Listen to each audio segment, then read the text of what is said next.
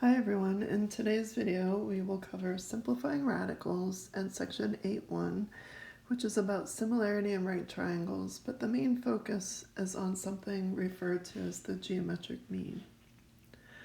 So the first question I have for you is, what comes to mind when you hear the phrase perfect square?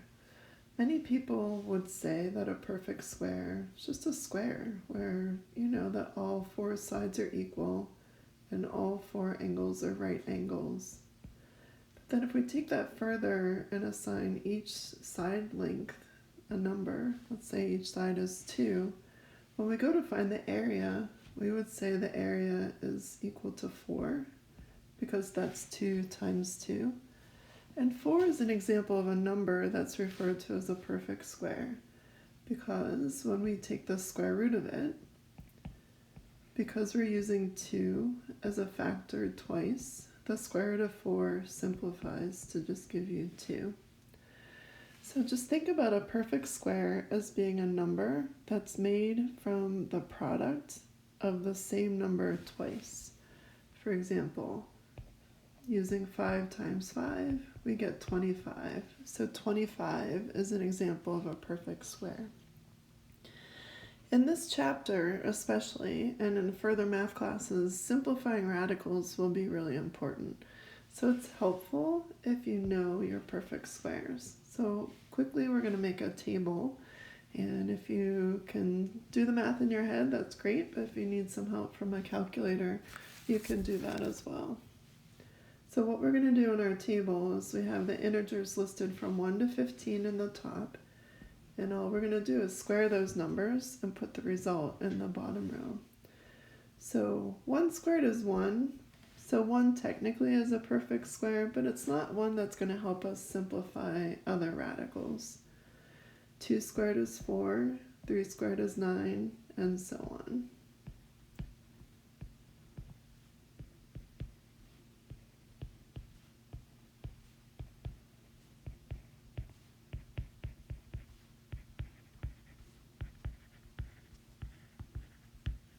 Okay, so check your list if you did them on your own. I know I did it really quickly.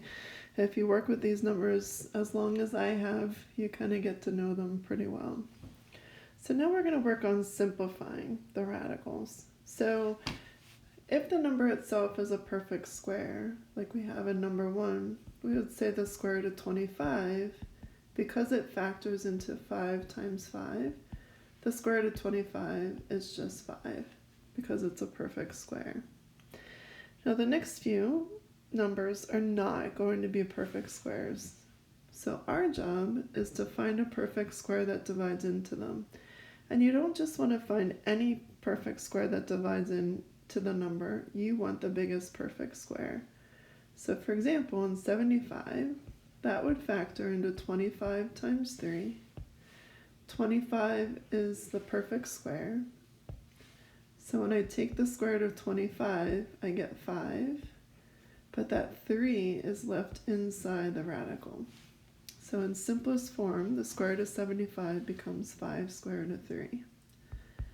Now with the square root of 48, this is one where you could go 2 different directions, but again, follow my advice and find the largest perfect square that divides into 48.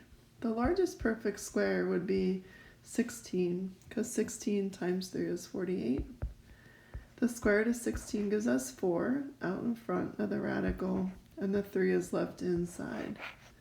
Now, you could make the argument that Mrs. Pierce, 4 works. It does. 4 times 12 also gives you 48. That will give you 2 out in front of the radical. The problem, though, is that the 12 factors more.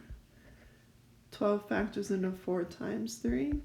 That gives you another 2 out in front. That gets multiplied by the 2 that's already there. And you see that the end result is still 4 square root of 3.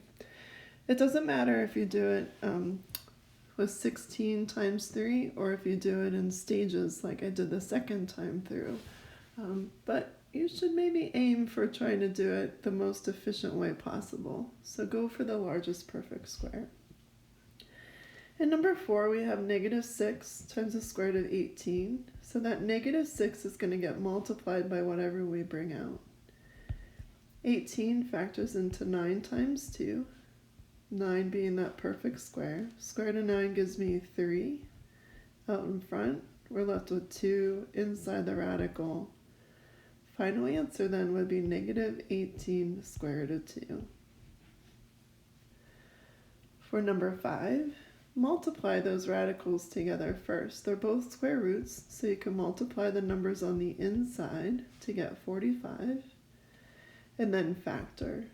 45 factors into 9 times 5. Square root of 9 is 3, and we're left with 5 inside the radical. In number 6, we have a fraction inside the radical, and we can't leave it that way. It's not considered simplest radical form. So you can split it into the square root of 5 divided by the square root of 6. Again, another rule about radicals is that we can't leave a radical in the denominator. So multiply both the numerator and the denominator by what will make it a perfect square in the denominator. That square root of 6 times the square root of 6 becomes the square root of 36. In the numerator, square root of 6 times the square root of 5 is square root of 30. That square root of 30 we're stuck with. It's going to stay square root of 30, but the square root of 36 is just 6. Final answer, square root of 30 over 6. Okay, just a few more to simplify. So number 7, you can split that into the square root of 16 divided by the square root of 3. That would give you 4 over the square root of 3, because 16 is a perfect square. But now we have that problem where we have a radical in the denominator. So again, we rationalize the denominator. Multiply top and bottom by the square root of 3, and we get 4 square root of 3 over the square root of 9, and then simplify that denominator to just 3. So final answer, 4 square root of 3 over 3.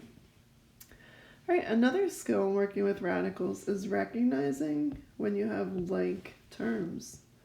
Notice that both of these terms have a 5 inside the square root. So they're the same kind of root, square root, and they both have a 5 inside there.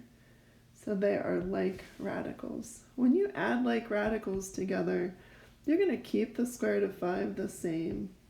And what you do is you combine or add the coefficients out in front. Negative 2 plus 9 is 7 square root of 5. Final answer. Now number 10 is kind of similar, but notice that the numbers inside the radicals don't match.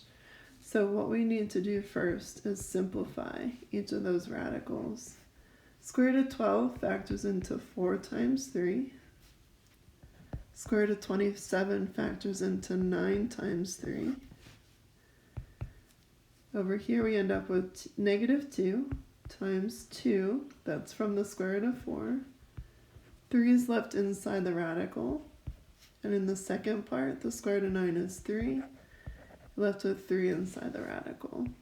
So we end up with negative 4 square root of 3 plus 3 square root of 3.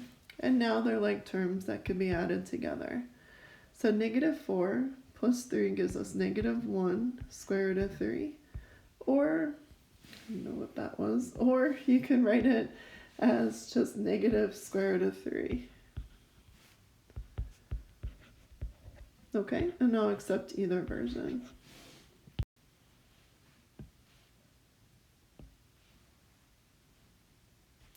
All right, the geometric mean is something new for you all. The geometric mean is the product of a certain amount of numbers to the nth root, whereas the arithmetic mean is a certain amount of numbers added together and divided by the amount of numbers. So arithmetic mean would be what we think of as finding an average. So if you wanted to find the average of a bunch of homework grades, you'd add them up and divide by how many you had. Okay. Or average points per game, add up the points you had in every game and divide by the number of games. That's the arithmetic mean. or what you typically think of when you hear the word mean or average. So geometric mean is a little different. It says the geometric mean of three numbers would be the cube root of A times B times C. Right? Geometric mean is another way to look at averages, and it's used for different types of data where the arithmetic mean doesn't apply. So in situations like population growth or stock markets, those are examples of exponential growth. So that would be something where a geometric mean might make more sense to look at. In a proportion such as A over x is equal to x over b, the x's are what are called the means. So these two numbers along this diagonal are called the means, while A and B along the other diagonal are sometimes referred to as the extremes. Okay, so we have a saying that says the product of the means is equal to the product of the extremes. Now, if A and B and x are positive numbers, now this is important. Remember, x has to be positive. A and B are positive. So if A, B, and x are positive numbers, and you have this proportion, then x is referred to as the geometric mean between A and B. So notice that there are x's along one diagonal, A and B are along the other diagonal. Well, if you have that proportion and you cross multiply, it'll lead you to x squared is equal to A times B. And then when you take the square root of both sides, you end up with x is equal to the square root of AB. All right, remember, x is positive.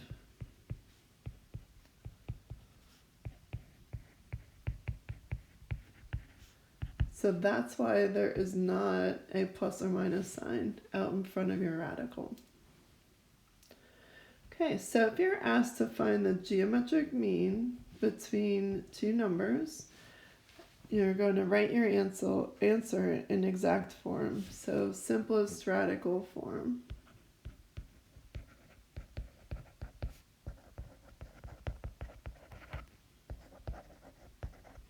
All right, there are two different ways to do it. You can use the proportion method, where you would say x, some number, is the geometric mean between 5 and 25. So the x's go along one diagonal, and the 5 and 25 go along the other. Just like we solve any other proportion, we cross multiply. So we get x squared is equal to 5 times 25, or 125. And here's a little tip for you to make it easier. Notice that you have a perfect square in there. The next step is to take the square root of 125, which would be to break it down into 25 times 5. So when you're working for geometric mean, if one of your numbers is a perfect square, then don't actually multiply them together. Okay, write it as a product, but don't actually multiply. All right, finally, we could take the square root of 25 and get 5, square root of 5. Okay, and that's what it means by exact form. No crazy decimals, something in simplest radical form. You can also choose to use this equation. X is equal to the square root of A times B. So x, our number that's the geometric mean, between 25 and 5. So there are those two numbers. You just multiply them together inside the radical. But again, remember, don't actually multiply them if one of them is a perfect square, because we're going to have to simplify the radical. Square root of 25 is 5, and you're left with 5 inside the radical. Next, we're going to take a look at how geometric mean relates to similarity and right triangles. So take a look at the diagram at the right, and we want to answer all of those questions. Now, first off, I know that we typically use arcs to mark angles congruent. That's not the case in here. This angle at A is 53 degrees. We've got a 90-degree angle. So you can solve for the missing angle in that triangle. Remember, the angles add up to 180. So this angle would have to be 37 degrees. So 37 degrees is congruent to this angle over here, 37 degrees. So those arcs in this particular diagram are just kind of showing you the angle, not necessarily, they're not saying that they're congruent. Right, in the triangle at right, I know that this angle, CDB, would also have to be 90 degrees. And I've got 90 degrees, 37 degrees. That would leave us with 53 degrees for this angle. And notice that that angle is congruent to angle A. Okay, so what we have going on here is the angle-angle similarity. Now you can use any pair of angles in here, okay?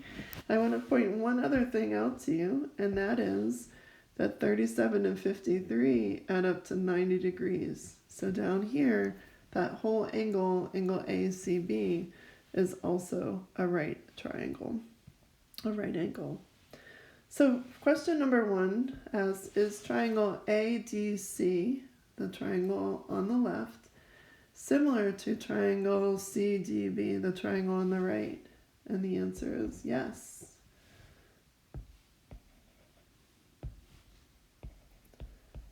And they are similar by the angle-angle similarity, right? You only need to prove 2 angles congruent. And each of those 2 triangles, they both have a 53-degree angle and a 37-degree angle, so they are definitely similar.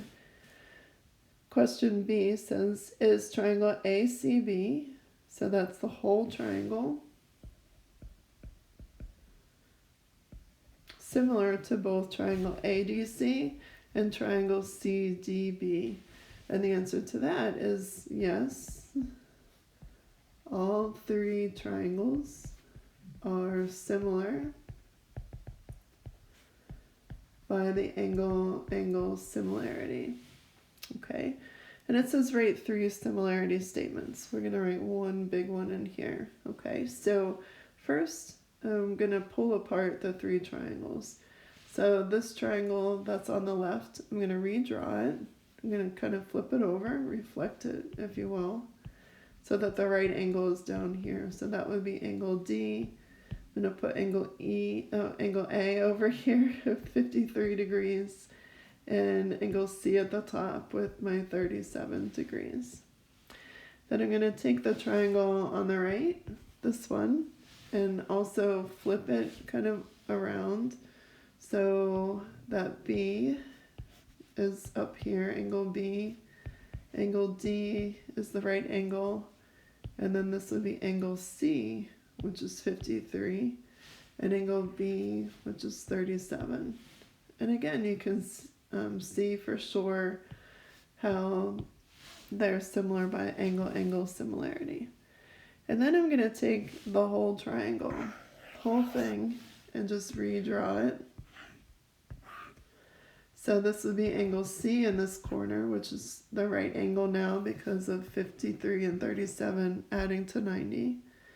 Angle B is up here at 37 degrees. And then angle A is down in this corner at 53 degrees. So check it out. All 3 triangles are similar to each other. So notice what I didn't get into is I didn't work with the lengths of the sides of the 3 triangles, but we could certainly try to do it that way as well. All right, so our similarity statements would be triangle ADC, similar to triangle CDB, similar to triangle ACB. And again, having the angle measures makes it really easy to get those letters in the right order. All right, so now we're going to get into our 3 theorems. And this one basically goes through the same idea of what we just went over. Theorem 8.1 says if the altitude And I'll just highlight the altitude here. If the altitude is drawn to the hypotenuse, this whole side would be the hypotenuse. If the altitude is drawn to the hypotenuse of a right triangle,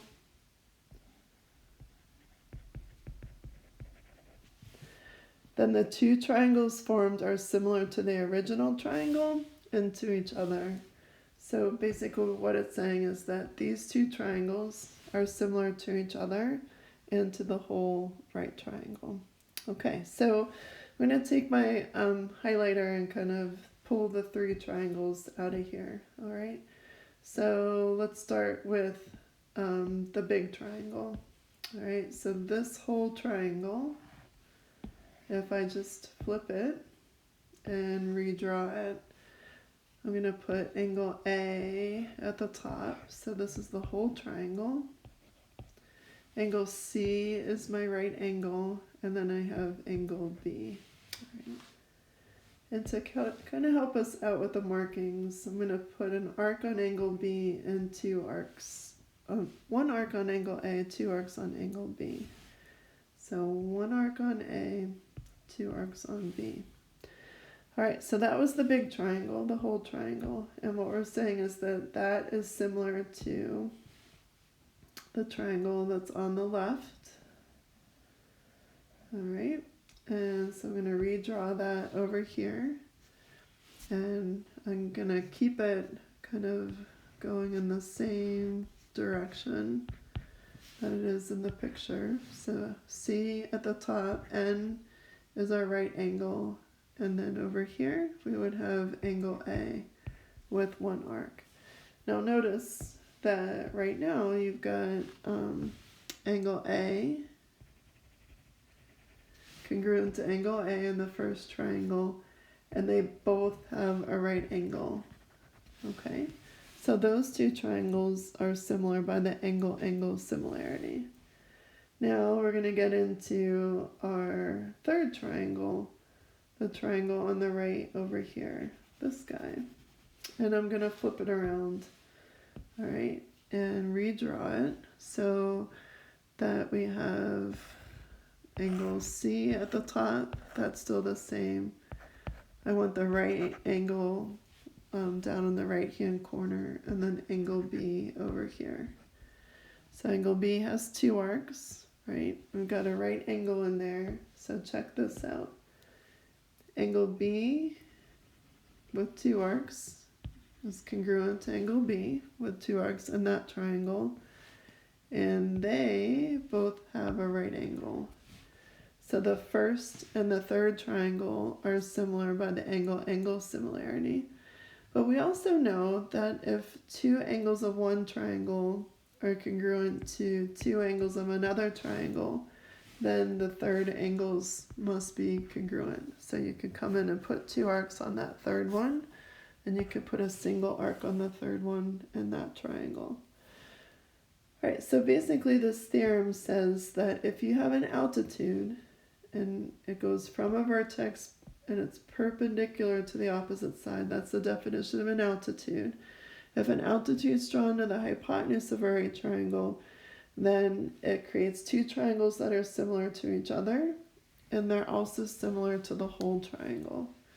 So our similarity statements would be to say triangle ABC, similar to triangle, you have to be a little careful, it would be ACN, similar to triangle, we want to say CBN. And they're all similar by the angle-angle similarity. All right, next we have two corollaries that go along with that theorem. Corollary 1 says when the altitude is drawn to the hypotenuse of a right triangle. So here's the altitude drawn to the hypotenuse of a right triangle. Then the length of the altitude is the geometric mean between the segments of the hypotenuse. All right, so there's where a geometric mean comes in. So here's altitude. And notice that that altitude divides the hypotenuse into segment 1 and segment 2. So the altitude is the geometric mean. So put it in 2 places in your proportion. The altitude is the geometric mean between segment 1 and segment 2. All right, it always makes a little more sense if I give you numbers in there. So let's call the altitude x. And let's say that each of these segments are 4 and 3 units long. So again, the altitude is the geometric mean between the 2 segments of the hypotenuse. So the thing that's the geometric mean, in this case the altitude, again it has to go in 2 places in your proportion along the diagonal, and then you put the lengths of the segments of the hypotenuse that it's split into along the other diagonal, and then you solve your proportion. X times x would give us x squared. 4 times 3 is what happens along the other diagonal. And I didn't multiply to get 12 because I noticed that 4 was a perfect square. My next step would be to take the square root of both sides. And remember, with geometric mean it has to be positive, so there's no plus or minus in this case. So we end up with x being equal to 2 square root of 3. And again, we're looking for an exact answer, so keep it in simplest radical form. All right, you made it this far. One more corollary. All right, corollary 2 says, again, when the altitude is drawn to the hypotenuse of a right triangle. So this is the hypotenuse. This is our altitude. All right, we already know that that altitude is the geometric mean between the 2 segments of the hypotenuse. So this corollary is a little different. When the altitude is drawn to the hypotenuse of a right triangle, each leg, so this is a leg and this is a leg, each leg is the geometric mean between the whole hypotenuse and the segment of the hypotenuse adjacent to that leg. So for this leg on the left-hand side, and it's called a leg, it's one of the sides that makes up the right angle. So this leg, let's call it leg 1. Let me erase that. Okay, so again, the corollary says, when the altitude is drawn to the hypotenuse of a right triangle, each leg is the geometric mean. So put leg 1 and leg 1 in 2 places in your proportion. Each leg is the geometric mean between the hypotenuse and the segment of the hypotenuse. I'm going to call it segment 1. The segment of the hypotenuse that is adjacent to that leg. All right, let me switch colors here. Leg 2. Again, that's a leg of the right triangle. So leg 2 would be the geometric mean between the whole hypotenuse and the segment of the hypotenuse adjacent to the leg. So you could call that segment 2. All right, so in other words, line segment AC, in the first case, the length of it, all right? So that's this leg, is the geometric mean between the whole hypotenuse, which is AB, and the segment of the hypotenuse adjacent to that leg, AN. This leg 2 over here, CB or BC, would be the geometric mean between the whole hypotenuse, that's still AB, and the segment of the hypotenuse adjacent to that leg, NB. Okay. All right, so instead of putting numbers on this one, let's take a look at the very last example together. All right, in this example, we are asked to find x, y, and z. So you're actually going to use both corollaries. So start with corollary 1. The altitude, which is z, drawn to the hypotenuse of a right triangle, is the geometric mean between the two segments of the hypotenuse. All right, so what that means is that z is the geometric mean between 2 and 7. So that altitude is the geometric mean between the two segments of the hypotenuse. Cross multiply, we get z squared is equal to 14. No perfect squares there. So then take the square root. And we end up with z is equal to the square root of 14. And there's nothing we can do to simplify it. All right, so that was corollary 1. Corollary 2 says that each leg, so this leg right here, x, is the geometric mean between the whole hypotenuse. And we don't know that, but we can figure it out. 2 plus 7 is 9. So that leg, x, is the geometric mean. I don't know why I'm writing in highlighter. Let me fix that really quick. The leg is the geometric mean between the whole hypotenuse and the segment of the hypotenuse adjacent to that leg. So the 2 is adjacent to the x. So that's the piece of the hypotenuse we want to use. Cross multiply. You get x squared is equal to 9 times 2. This time I'm not multiplying them together. If you want to put parentheses, you can. Because I know what's coming next. I'm going to take the square root of both sides. 9 is a perfect square. So the square root of x squared gives me x. Square root of 9 gives me 3. Square root of 2. Final answer. Okay. All right, one more. We have the other leg over here. This side, y. So that's the other leg. That's going to be the geometric mean between the whole hypotenuse, 9, and the segment of the hypotenuse adjacent to that leg. So the 7 is the piece that's adjacent to y. All right, here's what it looks like in your proportion. Y, that leg, is the geometric mean between whole hypotenuse, 9, segment adjacent to that leg, 7. Cross multiply, but don't actually multiply, all right? Because 9 is a perfect square, and that's just going to help you to simplify it.